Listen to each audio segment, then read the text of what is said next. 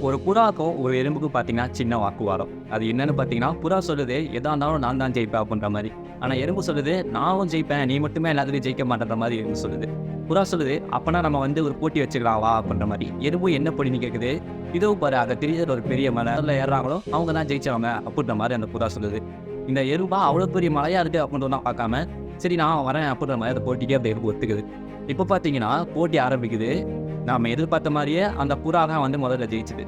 ஆனா, இந்த எறும்பு பார்த்தீங்கன்னா, அந்த புறா மேல போனதுக்கு அப்புறமும், இது வந்து இன்னும் பாதி தூரத்த கூட தாண்டாம இருந்துருக்கு. அப்படியே கொஞ்சம் நாட்கள் போகுது. இந்த எறும்பு பார்த்தீங்கன்னா, அவன் என்னதான் ஜெயிச்சுட்டான் அப்புட்ன்ற மாரி இருந்தாலும், அதுக்கு வெயிட் பண்ணாம மேல அந்த மலை மேல ஏறிக்கிட்டே இருக்கு. ஒரு கட்டத்தில பார்த்தீங்கன்னா, அந்த எறும்பு கிட்டத்தட்ட பல நாட்கள் கழிச்சு அந்த மலை மேல ஏறி நிக்குது. அப்ப பார்த்தீங்கன்னா, அந்த வழியா அந்த புறா பறந்து போகுது. அப்ப அந்த புறாவ பார்த்து இந்த எறும்பு சொல்லுது, "வெற்றின்றது எல்லாத்துக்கும் இருக்கு. ஆனா என்ன, சில பேத்துக்கு சீக்கிரம் கிடைச்சிரும். சில பேத்துக்கு கொஞ்சம் நேரம் ஆகும்." அப்படின்ற மாரி சொல்லுது. இந்த மாரி ஸ்டோரிகள கேட்க நம்ம சேனல